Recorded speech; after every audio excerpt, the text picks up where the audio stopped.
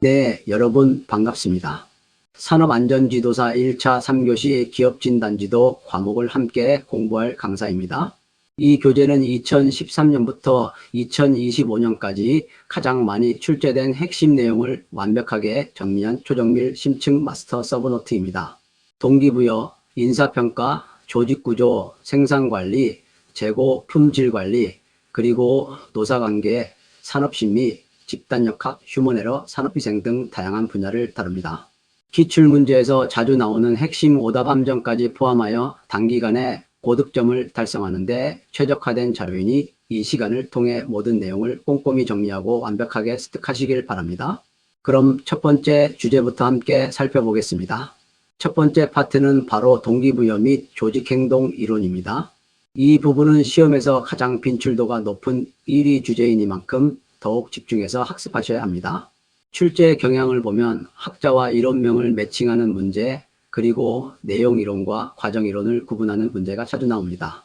특히 오답 함정으로는 동기요인과 위생요인의 구분, 그리고 투입과 산출의 개념을 헷갈리게 하는 경우가 많으니 주의해야 합니다. 먼저 제1장 내용이론에 대해 알아보겠습니다. 내용이론은 무엇이 동기를 유발하는가에 초점을 맞춥니다. 매슬로우의 욕구 5단계 이론을 예로 들면 가장 기본적인 생리적 욕구부터 안전, 사회적, 존경, 그리고 최상위인 자아실현 욕구까지 단계적으로 발전한다고 보죠.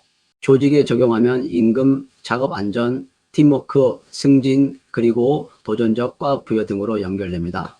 이 외에도 엘더퍼의 ERG 이론, 허즈버그의 이요인 이론, 맥클리랜드의 성취 동기 이론, 맥그리거의 XY 이론 등의 내용 이론에 속하며 각 이론의 핵심 구분과 기출 포인트를 잘 기억해 두셔야 합니다.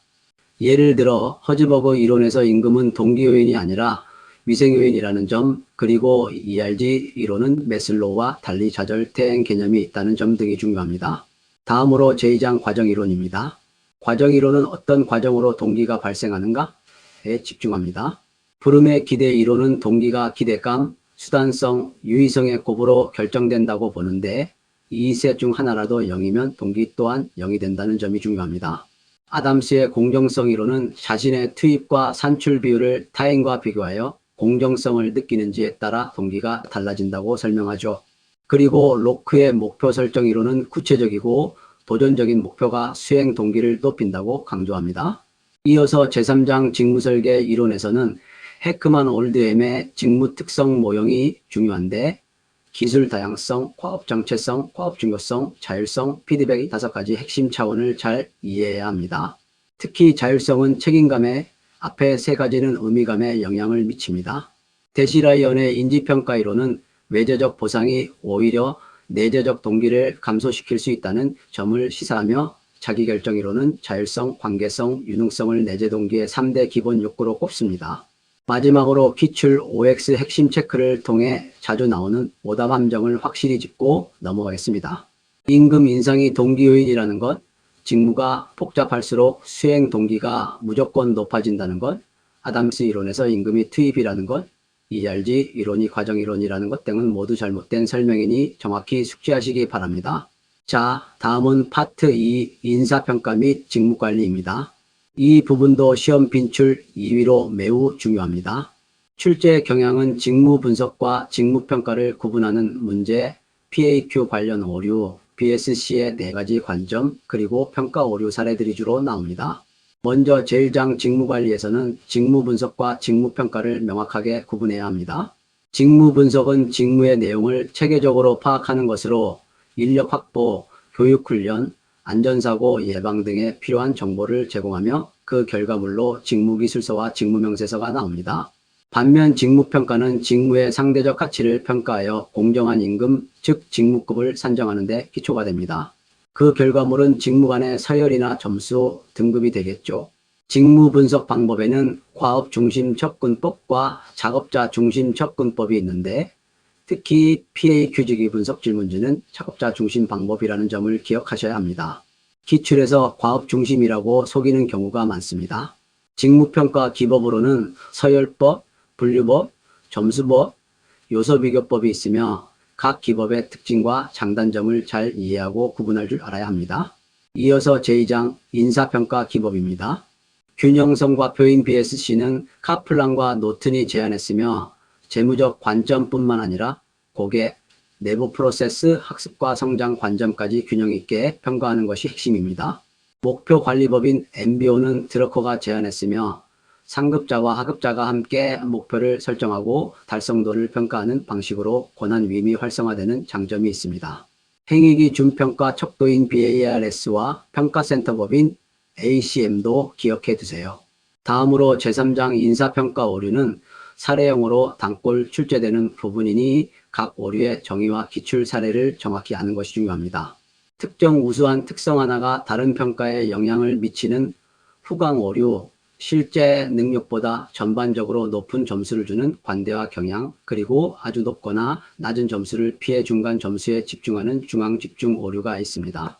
또한 직전 평가자와 비교하여 과대 또는 과소 평가하는 대비 오류도 있습니다. 이러한 오류를 해결하기 위해 강제 배분법을 도입할 수 있지만 후광 오류는 여전히 발생할 수 있다는 점도 알아두세요. 마지막으로 기출 OX 핵심 체크를 통해 중요한 포인트를 다시 한번 확인하겠습니다. 직무평가의 1차 목적은 임금 산정의 기초라는 점, BSC는 비재무적 지표를 사용한다는 점, MBO가 권한 위임을 어렵게 하지 않는다는 점, 후광 오류의 정의, 그리고 PAQ가 작업자 중심 직무 분석 방법이라는 점을 명확히 이해하시기 바랍니다. 자, 세 번째 파트 조직 구조 및 리더십입니다. 이 부분은 빈출 3위로 중요한데요. 특히 제1장 기술과 조직 구조는 시험에 아주 자주 출제됩니다. 우드워드는 생산 기술의 복잡성 정도에 따라 단일, 대량, 연속, 공정으로 기술을 분류했고 이에 적합한 조직 구조가 다르다고 주장했습니다. 페로우는 일상적 기술과 비일상적 기술을 구분했으며 톰슨은 중개형, 장치형, 집약형 기술에 따른 조직 상호전성을 설명했습니다. 번즈와 스탈커는 환경의 안정성 또는 불안정성에 따라 기계적 조직과 유기적 조직 중 어느 것이 더 효과적인지를 제시했습니다. 안정적인 환경에서는 규칙과 절차가 명확한 기계적 조직이, 불확실한 환경에서는 유연하고 적응력이 높은 유기적 조직이 더 효과적이라고 보았죠. 다음으로 제2장 조직구조 유형 비교에서는 세 가지 주요 조직 형태를 살펴보겠습니다. 기능별 조직은 생산, 영업, 인사 등 기능별로 부서를 나누는 형태로 전문성과 효율성이 높지만 부서 이기주의가 생기고 환경 변화에 대한 대응이 느리다는 단점이 있습니다. 사업부제 조직은 제품, 지역, 고객별로 독립적인 사업부를 두어 시장 변화에 신속하게 대응할 수 있지만 기능 중복으로 인한 자원 낭비가 발생할 수 있습니다. 마지막으로 매트릭스 조직은 기능 조직과 프로젝트 조직을 이중으로 결합한 형태인데 자원과 기술을 유연하게 공유할 수 있지만 이중보고 체계로 인해 명령일원화 원칙을 위반할 수 있다는 단점이 있습니다. 이 부분들은 서로 비교하면서 장단점을 명확히 알아두는 것이 중요합니다. 이어서 민치버그의 5가지 조직 부문에 대해 알아보겠습니다. 민치버그는 조직을 핵심 운영 부문, 전략 부문, 중간관리 부문, 기술 전문가 부문, 그리고 지원 스텝 부문으로 나누었죠. 핵심 운영 부문은 실제 제품이나 서비스를 생산하는 현장 작업자를 말하며 전략 부문은 최고 경영층을, 중간관리 부문은 전략과 핵심 운영을 연결하는 관리자를 의미합니다. 기술 전문가 부문은 작업 과정과 절차를 표준화하는 분석가이며 지원 스텝 부문은 법무, 총무와 같은 간접 지원 부서를 말합니다. 다음으로 제3장 리더십 이론을 살펴보겠습니다. 블레이크와 모튼의 관리격자 이론은 생산에 대한 관심과 인간에 대한 관심을 기준으로 구형, 팀형 리더십을 가장 이상적으로 보았죠. 피들러의 상황적 합 이론은 LPC 척도를 사용하여 리더십 유형을 측정하고 상황이 극단적일 때는 업지향적 리더십이, 중간 상황에서는 관계지향적 리더십이 효과적이라고 설명했습니다. 하우스의 경로 목표 이론은 지시적, 지원적, 참여적, 성취 지향적 리더십 4가지 유형을 제시하며 리더가 부하 직원의 목표 달성 경로를 명확히 하고 장애물을 제거하는 역할을 강조했습니다. 마지막으로 프렌치와 레이븐의 5대 권력 원천은 공식적 권력인 합법적, 보상적, 강압적 권력과 개인적 권력인 전문적, 중고적 권력으로 나눌 수 있습니다. 특히 강압적 권력은 처벌 능력을 의미하며 중고적 권력은 타인이 존경하거나 동일시하고 싶어 하는 매력에서 나오는 권력을 말합니다. 각 이론의 핵심 개념과 기출 포인트를 정확하게 이해하는 것이 중요합니다. 자, 이제 파트 3 조직구조 및 리더십 관련 기출 OX 핵심 체크를 함께 풀어보겠습니다. 첫 번째 지문, 단위, 대량, 연속 공정으로 기술을 분류한 학자는 톰슨이다. 이것은 오답입니다. 이 분류는 우드워드의 설명이죠. 톰슨은 중개형, 장치형, 집약형 기술을 이야기했습니다. 두 번째 지문, 매트릭스 조직은 명령일 원화 원칙을 잘 지킨다. 이 또한 오답입니다. 매트릭스 조직은 이중보고 체계로 인해 명령일 원화 원칙을 위반한다는 단점이 있었습니다. 세 번째 지문, 피들러는 상황이 극단적일 때 관계 지향적 리더십이 효과적이라고 했다. 역시 오답입니다. 피들러는 상황이 극단적일 때, 즉 매우 유리하거나 매우 불리할 때는 과업 지향적 리더십이 효과적이라고 했습니다. 마지막으로 사업부재 조직은 기능 중복 현상이 발생하지 않는다. 이것도 오답입니다. 사업부재 조직은 각 사업부마다 기능 부서가 중복될 수 있어 자원 낭비가 발생할 수 있다는 단점이 있었습니다. 이렇게 기출문제 지문을 통해 개념을 다시 한번 확실하게 다져두는 것이 중요합니다. 다음으로 파트 4 생산 시스템 및 공급망 관리 SCM입니다. 이 부분은 빈출 사유로 JIT가 풀 시스템이라는 점, MRP의 3대 입력 자료, 채찍 효과의 방향, 그리고 PRT와 CPM의 시간 개념을 정확히 이해하는 것이 중요합니다. 먼저 제1장 현대적 생산 시스템을 살펴보겠습니다. JIT, 즉 적시 생산 시스템은 필요한 것을 필요한 때에 필요한 양만큼만 생산하여 낭비를 제거하는 것이 핵심입니다. 중요한 특징은 단기기 풀 시스템이라는 것과 칸반을 사용한다는 점을 꼭 기억하세요. MRP, 자재 소요 계획은 완제품 생산에 필요한 자재의 종류, 수량, 시기를 계획하는 시스템으로 MPS 주생산 일정, BOM 자재 명세서, 재고 기록철 이 세 가지가 필수 입력 자료입니다. ERP는 기업의 모든 업무를 통합 관리하는 시스템이고 FMS 유연 생산 시스템은 캐드캠을 활용하여 다품종 소량 생산에 적합합니다. 매스 커스터마이제이션은 모듈화 설계와 연기 기법을 통해 고객 맞춤형 제품을 대량으로 생산하는 방식입니다. 제2장 수요 예측 기법에서는 전문가 집단의 익명성을 보장하여 반복적으로 의견을 수렴하는 델파의 법과 같은 정성적 기법이 있습니다. 정량적 시계열 기법으로는 이동평균법과 지수평활법이 있는데 특히 지수평활법은 최근 자료에 더 높은 가중치를 주어 예측하는 방식으로 계산 예시도 꼭 확인해 주세요. 시계열 데이터는 추세, 계절, 순환, 불규칙 변동이라는 4가지 변동 요인을 가집니다. 이어서 제3장 SCM과 채찍 효과입니다. 채찍 효과는 소비자, 즉 하류에서 소매, 도매를 거쳐 제조사, 즉 상류로 갈수록 수요 변동폭이 증폭되는 현상을 말합니다. 중요한 것은 변동폭이 상류로 갈수록 커진다는 방향을 정확히 아는 것입니다. 이러한 채찍 효과를 악화시키는 요인으로는 정보 공유 지연, 리드 타임이 길어질수록 그리고 잦은 가격 할인이나 프로모션 증가 등이 있습니다. 해결 방안으로는 VMI 공급자 재고 관리나 CPFR 협업 계획, 예측, 보충, 그리고 크로스토킹 등이 활용될 수 있습니다. 다음으로 제4장 PRT와 CPM 프로젝트 관리 기법을 비교해 보겠습니다. PRT는 시간이 불확실할 때 낙관, 최빈, 비관 시간을 추정하여 일정 관리에 중점을 두며 확률적인 접근 방식을 사용합니다. 반면 CPM은 과거 경험이 충분하여 시간이 확정적일 때 비용을 최소화하면서 기간을 단축하는 데 초점을 맞춥니다. 두 기법 모두 주경로, 즉 크리티컬 패스를 통해 프로젝트의 전체 완료 시간을 결정하며 이주경로상의 활동 중 단축 비용이 가장 저렴한 것부터 단축해야 전체 공기를 단축할 수 있습니다. 마지막으로 기출 OX 핵심 체크를 통해 이 부분의 핵심 개념을 다시 한번 짚어보겠습니다. JIT는 풀 방식이라는 것, 델파의 법은 정성적 기법이라는 것, 채찍 효과의 방향, MRP의 필수 입력 자료, 그리고 PRT가 불확실한 상황에서 사용된다는 점을 정확히 기억하시기 바랍니다. 자, 이제 파트 5 재고 및 품질 관리입니다. 이 부분은 시험 빈출 5위로 EOQ 계산 방식, 비용의 유자 곡선 형태, ABC 재고 관리의 등급별 품목수와 금액 비율, 그리고 육시금화가 3포 감소에 초점을 맞춘다는 점, QC 도구 매칭 등이 주로 출제됩니다. 먼저 제1장 재고 관리에서는 재고를 기능별로 분류해 보겠습니다. 안전재고는 수요나 리드타임의 불확실성에 대비하여 초가로 보유하는 재고이고, 주기재고는 경제적 로트 크기로 주기적으로 주문하여 주문 기간 동안 존재하는 재고를 말합니다. 파이프라인 재고는 현재 이동 중인 재고이며, 투기재고는 파업이나 가격 인상 등에 대비해 미리 대량으로 확보하는 재고입니다. 분리재고는 공정 전후를 분리하여 공정 간 독립성을 유지하는 재고입니다. 다음으로 EOQ, 즉 경제적 주문량 모형은 재고 유지 비용과 주문 비용의 합계가 최소가 되는 최적의 주문량을 계산하는 모델입니다.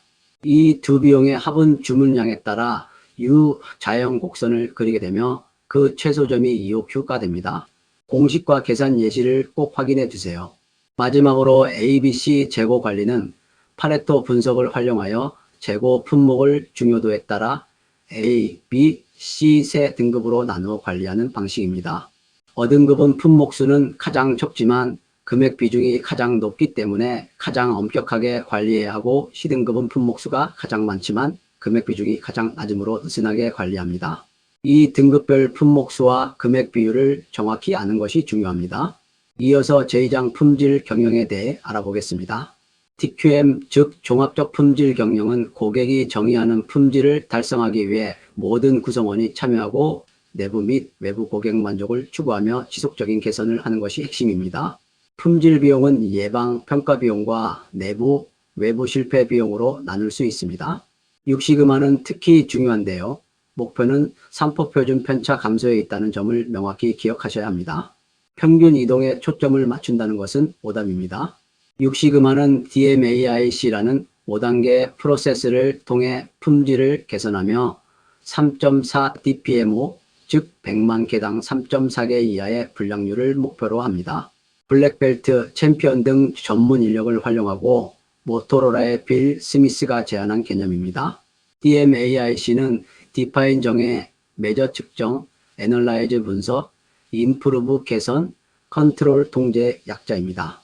제3장 QC 7가지 도구는 시험에 매우 자주 출제되니 각 도구의 형태와 용도를 정확히 매칭할 수 있어야 합니다. 파레토도는 막대 그래프와 누적 꺾은 선 그래프로 핵심 소수 원인을 선정하는 데 사용됩니다. 특성 요인도는 물고기 뼈 모양으로 원인을 체계화하고, 히스토그램은 데이터의 분포 형태를 파악합니다. 관리도는 중심선과 상하한선을 이용해 공정의 우연 이상 변동을 판정합니다. 체크시트는 품질 데이터 수집에, 산점도는 두 변수 간 상관관계를 파악하는 데, 층별은 데이터를 특정 그룹으로 분리하여 분석하는 데 사용됩니다. 마지막으로 기출 OX 핵심 체크를 통해 주요 오답 함정을 다시 한번 확인하시기 바랍니다.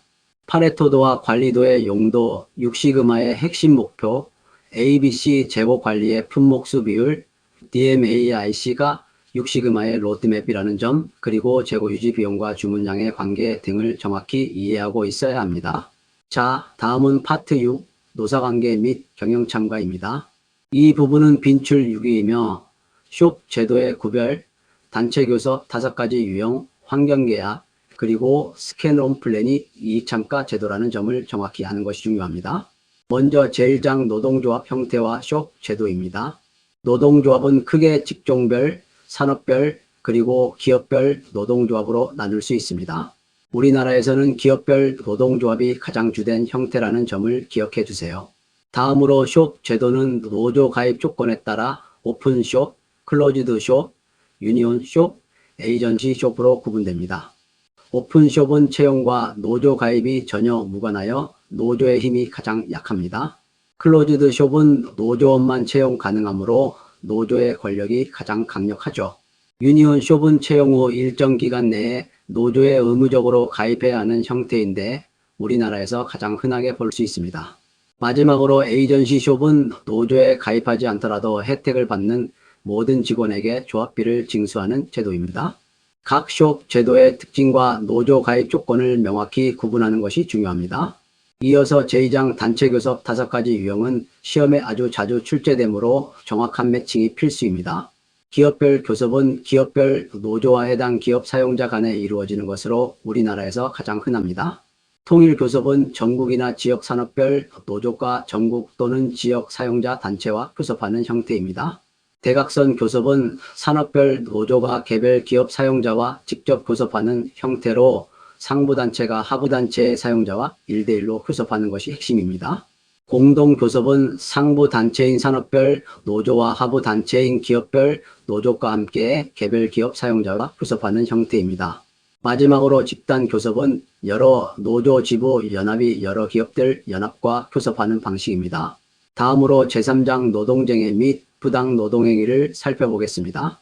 근로자 측 쟁의로는 파업, 태업, 사보타주, 준법투쟁 등이 있으며 사용자 측 쟁의로는 직장 폐쇄, 즉 록아웃이 있습니다.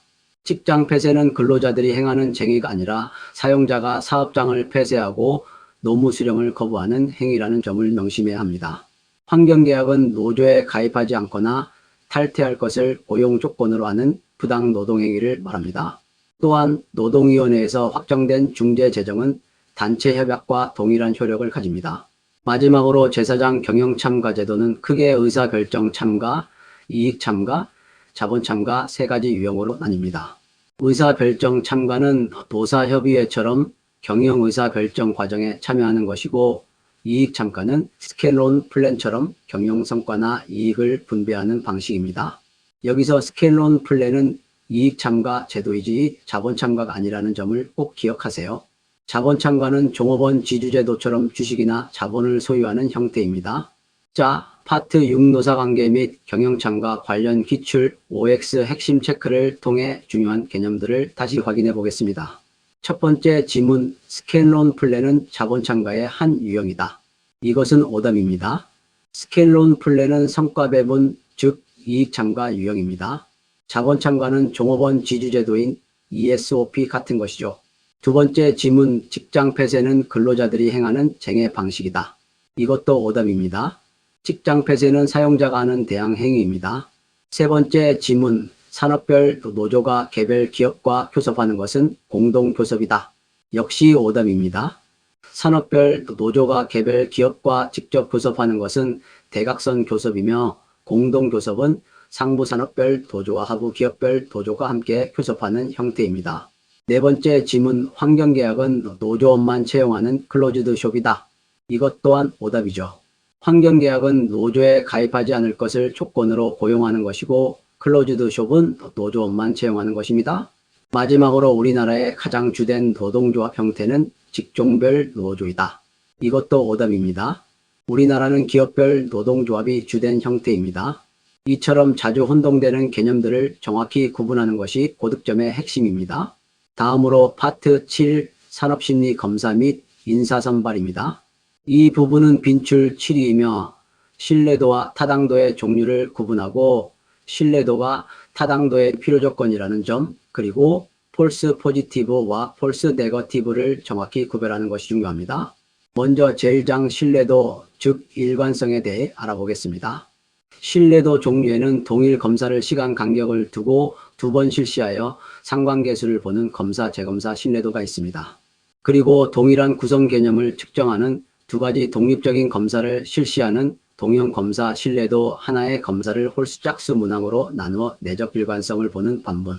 신뢰도, 모든 문항 간 동질성을 보는 내적 일치 신뢰도, 마지막으로 2인 이상의 평가자가 평가한 일치 정도를 보는 평가자 간 신뢰도가 있습니다. 다음으로 제2장 타당도, 즉 목적 적합성에 대해 살펴보겠습니다. 타당도 종류로는 일반인이 보기에 적절해 보이는 정도인 반면 타당도, 문항이 측정해야 할 내용을 충분히 반영하는 내용 타당도가 있습니다. 특히 동시 타당도와 예측 타당도를 잘 구분해야 합니다. 동시 타당도는 현재 직원의 검사 점수와 현재 직무 성과를 비교하는 것으로 시간 간격이 없습니다. 반면 예측 타당도는 지원자의 검사 점수와 입사 후, 즉 시간이 경과한 뒤의 직무 성과를 비교하는 것으로 시간 간격이 핵심적인 차이점입니다. 신뢰도와 타당도의 절대 규칙은 신뢰도가 낮으면 타당도는 반드시 낮다는 것입니다. 신뢰도는 타당도의 필요조건이기 때문입니다. 하지만 신뢰도가 높다고 해서 타당도가 반드시 높은 것은 아니라는 점도 명심해야 합니다. 이어서 제3장 인사선발 의사결정의 4가지 결과입니다. 이 부분은 시험에 매우 자주 출제되니 정확히 이해해야 합니다. 실제 업무 성과가 우수한 사람을 검사 결과도 합격시켜 채용하면 올바른 합격 트루 포지티브이 됩니다. 반대로 실제 업무 성과가 불량한데도 검사에 합격시켜 채용하면 잘못된 합격 폴스 포지티브이 되는데 이는 기업에 직접적인 손실을 가져옵니다. 반대로 실제 업무 성과는 우수한데 검사에서 불합격시켜 탈락시키면 잘못된 불합격 폴스 네거티브이 되며 이는 기업의 기회 손실을 발생시킵니다. 실제 업무 성과도 불량하고 검사에서도 불합격시켜 탈락시키면 올바른 불합격 트루 네거티브이 됩니다. 폴스 포지티브와 폴스 네거티브의 개념을 정확히 구분하는 것이 중요합니다. 선발 효용성 지표로는 선발률과 기초율이 있는데 선발률은 채용 인원을 전체 지원자 수로 나눈 값으로 선발률이 낮을수록 즉 경쟁이 치열할수록 선발 도구의 가치가 높아집니다. 기초율은 전체 지원자 중 우수한 사람의 비율을 말하며 기초율이 50% 부근일 때 선발 도구의 유용성이 가장 높아집니다. 다음으로 성격 5요인 모델, 이른바 비그5는 성실성, 외향성, 신경성, 친화성, 경험 개방성을 말합니다. 이 5가지 요인을 정확히 기억해 두세요. 마지막으로 기출 OX 핵심 체크를 통해 주요 오답 함정을 점검하겠습니다. 타당도와 신뢰도의 관계, 폴스 포지티브와 폴스 네거티브의 정확한 정의, 동시 타당도와 예측 타당도의 핵심 차이, 선발률과 선발 도구의 가치 관계, 그리고 중고 결핍과 중고 오염의 개념을 정확하게 이해하는 것이 중요합니다. 다음으로 파트 8, 집단 역학 및 직무 스트레스입니다. 이 부분은 빈출 8이며 집단사고 발생 조건, 사회적 태만의 세부 유형, 스트레스 모델 학자 매칭, 그리고 역유자 곡선에 대한 이해가 중요합니다. 먼저 제1장 집단 역학을 살펴보겠습니다. 집단사고는 집단의 응집력이 지나치게 높고 리더가 독단적이며 외부와 고립되거나 위협에 처했을 때 비합리적인 의사결정을 내리는 현상을 말합니다. 이를 예방하기 위해서는 악마의 옹호자와 같은 역할을 두는 것이 좋습니다. 집단극화는 집단 토해 후 개인의 태도가 더 극단적인 방향으로 변하는 현상입니다. 사회적 태만, 즉 링겔만 효과는 집단 크기가 커질수록 개인의 노력이 감소하는 현상으로 무임승차는 개인 인센티브가 없을 때 남의 노력에 편승하는 것이고, 남만큼만 하기 좋고 이펙트는 자신이 봉이 되기 싫어서 노력을 줄이는 것을 말합니다. 다음으로 터크만의 팀 발달 5단계는 형성기, 격동기, 규범기, 수행기, 해체기로 구성되며 특히 규범기에는 응집력이 높아지고 의미 있는 팀이 되는 시기라는 점을 기억해 두세요. 마지막으로 반생산적 업무 행동 CWB와 조직 시민행동 OCB가 있습니다. CWB의 대표적인 예로는 사보타주가 있는데 이는 고의적으로 장비를 파괴하거나 재료를 낭비하고 업무를 방해하는 행위입니다. OCB의 스포츠맨십은 조직에 대한 불평이나 험담을 하지 않고 문제를 과장하지 않는 자발적인 긍정 행동을 의미합니다. 이어서 제2장 직업 스트레스 모델을 살펴보겠습니다. 카라섹의 요구 통제 모델은 업무 요구가 높고 업무 통제력이 낮을 때 스트레스가 최고조에 달한다고 봅니다. 시그리스트의 노력 보상 불균형 모델은 투입하는 노력에 비해 보상, 즉 임금, 승진, 존경 등이 불균형할 때 스트레스를 받는다고 설명합니다. 호폴의 자원 보존 이론은 자원, 즉 시간, 돈, 지위 등이 실제 손실되거나 손실될 위협을 느낄 때 스트레스가 발생한다고 보았죠. 사람 환경 적합 모델은 개인 특성과 작업 환경 간의 적합도가 낮을 때 스트레스를 경험한다고 설명합니다. 셀리의 일반 적응 증후군 GAS는 경고 반응, 저항, 소진의 3단계로 이루어지는데 장기적으로 스트레스에 노출되면 에너지가 고갈되어 질병으로 이어지는 소진 단계에 이르게 됩니다. 주세요. 여기서 특히 중요한 것은 여키스 도슨 법칙입니다. 긴장이 높아질수록 직무 수행이 선형적으로 감소한다는 것은 오답이고 실제로는 역유자 곡선 형태로 적정 긴장일 때 최고의 수행을 보인다는 점을 기억하세요. 역할 관련 스트레스 요인으로는 여러 직무상 요구가 충돌하는 역할 갈등, 직무 기능이나 책임이 불명확할 때 발생하는 역할 모호성, 그리고 장시간 근무 등으로 인한 일가정 갈등이 있습니다. 마지막으로 기출 OX 핵심 체크를 통해 이 부분의 핵심 개념을 다시 한번 확인하시기 바랍니다. 요구 통제 모델, 집단사고의 발생 조건, 긴장과 수행의 관계, 사보타주의 정의, 그리고 팀 발달 단계 등을 정확히 이해하고 구분하는 것이 중요합니다. 다음으로 파트 9, 휴먼 에러 및 인간공학적 인지입니다. 이 부분은 빈출 구위로 스웨인, 라스무센, 리전의 에러 분류 학자를 매칭하고 착시 그림을 매칭하는 문제, 그리고 CRB의 민감도 방향에 주의해야 합니다. 먼저 제1장 휴먼 에러 분류 체계는 학자별로 분류 기준과 에러 유형이 다릅니다. 스웨인은 행동 결과를 기준으로 누락, 자기, 순서, 시간, 부가 오류로 분류했습니다. 라스무센은 인지적 행동 수준을 기준으로 숙련 기반, 규칙 기반, 지식 기반 에러로 나누었죠. 리전은 의도성을 기준으로 실수 슬립, 망각 랩스, 착오 미스테이크, 위반 바이올레이션으로 분류했습니다.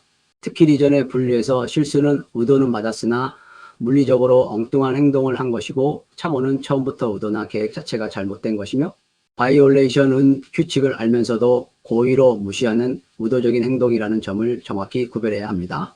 다음으로 제2장 착시 현상입니다. 이 부분은 그림 매칭으로 자주 출제되니 각 착시의 이름과 현상 설명, 그리고 핵심 키워드를 함께 기억해 주세요. 뮬러 라이어 착시는 화살표 꼬리 방향에 따라 선 길이가 다르게 보이는 현상이고, 폰조 착시는 원근감에 의해 같은 선이 더 길어 보이는 현상입니다. 포겐도르프 착시는 사각형 뒤로 지나는 사선이 꺾여 보이는 것이고, 죄일러 착시는 평행선의 사선을 그으면 기울어져 보이는 현상입니다. 에빙하우스 착시는 주변 원 크기에 따라 중심 원 크기가 다르게 보이는 것입니다. 각 착시의 핵심 키워드를 통해 이미지를 연상하며 암기하면 더욱 효과적일 것입니다. 이어서 제3장 인간 기계 시스템에 대해 알아보겠습니다. 양립성은 인간의 기대와 시스템이 일치하는 정도로, 공간적 양립성은 오른쪽 버너 스위치는 오른쪽에 배치하는 것처럼 물리적 배치와 관련된 것이고, 운동적 양립성은 핸들을 오른쪽으로 돌리면 차도 오른쪽으로 이동하는 것처럼 조작 방향과 관련된 것입니다. 개념적 양립성은 온수는 빨간색, 냉수는 파란색처럼 일반적인 고정관념과 일치하는 것을 말합니다. 통제 표시비, 즉 CRB는 조종장치 이동거리를 표시장치 이동거리로 나눈 값인데, 이 CRB가 작으면 민감하고 조금만 움직여도 크게 반응합니다. 따라서 조종시간은 짧아지지만 미세 조종에는 불리하다는 특징이 있습니다. 반대로 CRB가 크면 둔감하여 미세 조종에는 유리합니다. 기출 함정으로 CRB가 작으면 둔감하다고 나올 수 있으니 주의해야 합니다. 다음으로 제4장 인지 특성 및 신호 검출 이론입니다. 분할 주의는 동시에 두 가지 이상의 과제를 처리하는 능력으로 운전하면서 대화하는 것이 그 예입니다. 선택적 주의와는 구분됩니다. 단기 기억 용량은 밀러가 주장한 7 플러스 마이너스 2, 즉 5개에서 9개 정도인데, 청킹을 통해 그 한계를 확장할 수 있습니다. 신호 검출 이론에서는 누락 미스는 신호가 있는데도 없다고 판정하는 것이고, 오경보 폴스 얼람는 신호가 없는데도 있다고 판정하는 것입니다. 마지막으로 청각 표시 장치는 즉각적인 비상 경고에 시각보다 훨씬 유리하며, 330m 이상 원거리에서는 1000Hz 이하의 저주파가 더 효과적이라는 점을 기억해 주세요. 자, 이제 파트 9 휴먼 에러 및 인간공학적 인지 관련 기출 OX 핵심 체크를 함께 풀어보겠습니다. 첫 번째 지문, 리전 의도와 다르게 물리적으로 엉뚱한 행동은 착오 미스테이크이다. 이것은 오답입니다. 물리적인 비의도적 실행 오류는 실수 슬립이며, 착오는 의도나 계획 자체가 잘못된 것입니다. 두 번째 지문, CRB가 작으면 둔감하고 미세 조정에 유리하다. 이 또한 오답입니다. CRB가 작으면 민감하므로 미세 조정에는 불리합니다. 세 번째 지문, 사다리꼴 안위선이 더 길어 보이는 현상은 뮬러 라이어 착시이다. 역시 오답입니다. 사다리꼴 착시는 폰조 착시이며, 뮬러 라이어 착시는 화살표 꼬리 방향에 따른 것입니다. 네 번째 지문, 긴급 상황에서 시각 표시 장치가 청각보다 유리하다. 이것도 오답입니다. 즉각적인 비상 경고에는 청각 표시 장치가 훨씬 유리합니다. 마지막으로 생소한 상황에서의 오판은 규칙 기반 행동의 에러이다. 이 또한 오답입니다. 생소한 상황에서의 오판은 지식 기반 날러지 베이스트 행동의 에러에 해당합니다. 이처럼 기출 지문을 통해 자주 헷갈리는 개념들을 정확히 구분하는 연습이 중요합니다. 다음으로 파트 10 산업위생 및 작업환경 관리입니다. 이 부분은 빈출 12이며 STL의 조건 숫자, 제어 풍속 수치, 직업병 매칭, BI 생물학적 지표, 그리고 소음 노출 지수 계산 등이 중요하게 출제됩니다. 먼저 제1장 유해인자 노출 기준 OELS를 살펴보겠습니다. TWA는 일일 8시간 작업 기준의 시간 가중 평균 노출 기준이고, C는 잠시라도 절대 초과해서는 안 되는 최고 노출 기준입니다. STL, 즉 단시간 노출 기준은 특히 중요한데요. 15분간의 평균값이며 TWA를 초과하더라도 STL 이하일 경우에는 4가지 조건, 즉 1회 노출이 15분 미만이어야 하고 1일 4회 이하로 발생해야 하며 각 노출 간격은 60분 이상이어야 합니다. 이 4가지 숫자를 꼭 암기해야 합니다. 기출에서 1일 3회 이하로 속이는 지문이 나오니 주의하세요. 다음으로 소음 노출 기준 및 지수 계산입니다. 기준은 90dB에서 8시간 노출을 허용하며 5dB 증가할 때마다 허용 시간이 절반으로 줄어듭니다. 소음 노출 지수 D는 실제 노출 시간을 허용 시간으로 나눈 값들의 합으로 2합이 1 이상이면 기준을 초과한 것입니다. 계산 예시를 통해 숙지해 주세요. 다음으로 제2장 국소배기 장치 설계 기준입니다. 제어 풍속 기준은 수치를 반드시 암기해야 합니다. 가스나 증기 상태 유해 물질은 포위식의 경우 0.4m/s, 외부식 측방 하방 흡입은 0.5, 상방 흡입은 1.0입니다. 입자 상태인 분질은 각각 0.7, 1.0, 1.2m/s입니다. 이어서 국소배기 장치의 설계 원칙을 살펴보겠습니다. 후드 위치는 매우 중요한데요. 공기보다 비중이 큰 유기용제 증기는 발생원보다 낮은 위치, 즉 하방에 설치해야 효과적입니다. 기류 균일화를 위해서는 차폐막, 슬롯, 분리 날개 등을 사용해야 하며 피토관은 유속 측정 장비이지 균일화 방법이 아니라는 점을 기억하세요. 덕트 마찰에 있어서는 원형 덕트가 사각 덕트보다 마찰 손실이 적고 레이놀즈 수는 속도, 직경, 밀도, 점도에 영향을 받으며 조도는 포함되지 않습니다. 다음으로 제3장 직업병 및 유해물질 건강장애는 반드시 매칭하여 암기해야 합니다. 나피비은 빈혈, 수화수, 복부산통을 유발하고 카드뮴시디은 신장 손상과 단백뇨 그리고 폐기종을 유발합니다. 육가크롬 CR6은 피부 궤양과 비중격 천공, 폐암을 유발하고 망간엠에는 파킨슨병 유사 중추신경계 장애를 유발한다는 점을 기억하세요. 여기서 망간은 폐기종이 아니라는 것을 구분해야 합니다. 벤젠은 백혈병과 재생불량성 빈혈을 유발하는 1급 발암물질이며 노말헥사는 다발성 말초신경장애, 즉 안진뱅이병을 유발합니다. TC는 간독성과 스티븐스 존슨 증후군을, 메탄올은 시신경장애, 즉 실명을 유발합니다. 이와 함께 생물학적 노출 지표인 BI도 함께 알아두셔야 합니다. 납은 혈중 납과 소변 델타 ALA, 카드뮴은 소변 베타2 마이크로글로불린, 노말헥사는 소변 2,5헥산디온, TC는 소변 3,0마초산으로 측정합니다. 다음으로 시료 채취 매체 매칭을 살펴보겠습니다. 어떤 유해물질을 어떤 채취 매체로 측정하는지 정확히 알아야 합니다. 활성탄과는 톨루엔, 벤젠, TC와 같은 비극성 유기용제, 가스나 증기 채취에 사용됩니다. 실리카 결과는 흑성 물질이나 아미노 채취에 적합하고 MC 역과지는 성면, 분진, 중금속, 흉과 같은 입자상 물질 채취에 사용됩니다. 수동식 채취기는 확산 원리로 작동하며 최소한의 기류가 필요하다는 점을 기억하세요. 기류가 없으면 측정이 불가능합니다. 또한 유해물질 농도 분포는 대수정규분포를 따르므로 통계적 대표값으로는 기하평균 GM을 사용하고 산포는 기하표준 편차 GSD를 사용한다는 점도 알아두세요. 마지막으로 기출 OX 핵심 체크를 통해 중요한 오답 함정을 다시 한번 점검하겠습니다. STL의 일일 발생 횟수는 4회 이하이며 각 간격은 60분 이상이어야 합니다. 공기보다 무거운 증기 후드는 발생원보다 낮은 위치에 설치해야 합니다. 망간 중독의 주요 건강장애는 파킨슨병 유사 중추신경계 장애이며 폐기종은 카드뮴입니다.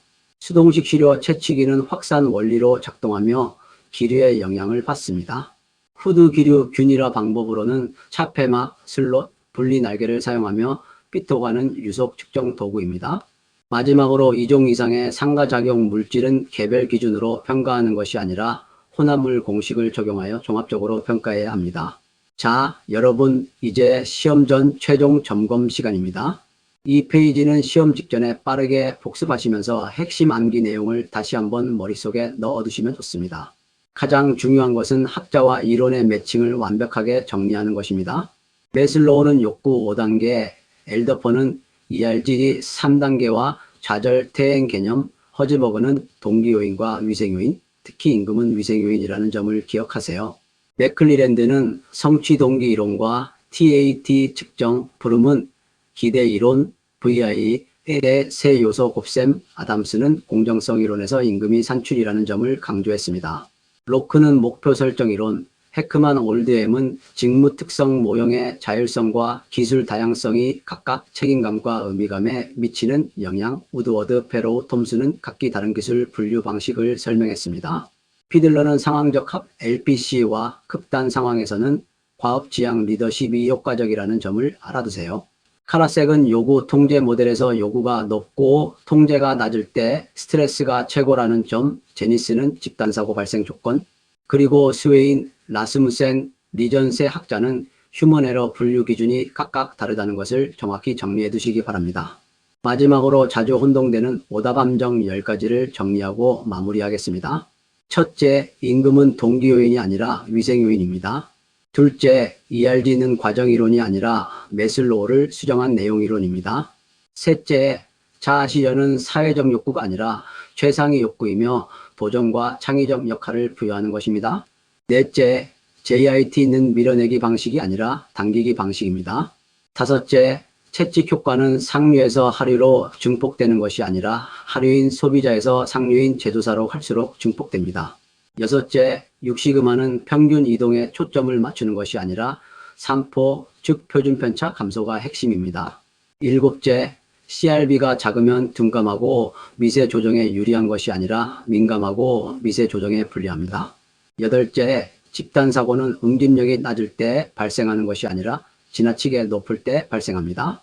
아홉째, 망간 중독의 주요 건강 장애는 폐기종이 아니라 파킨슨병 유사 증상이며 폐기종 후 카드뮴과 관련이 있습니다. 마지막으로 STL은 113회 이하가 아니라 114회 이하, 간격 60분 이상입니다. 주세요. 이어서 계산 공식 빠른 참조는 시험 직전 반드시 다시 확인해야 할 필수 내용입니다. EOQ, 지수평활법, 소음 노출 지수, 그리고 혼합물 도출 기준 공식까지 완벽하게 숙지하시어 시험에서 좋은 결과 있으시기를 바랍니다. 여러분 합격을 향해 끝까지 파이팅입니다.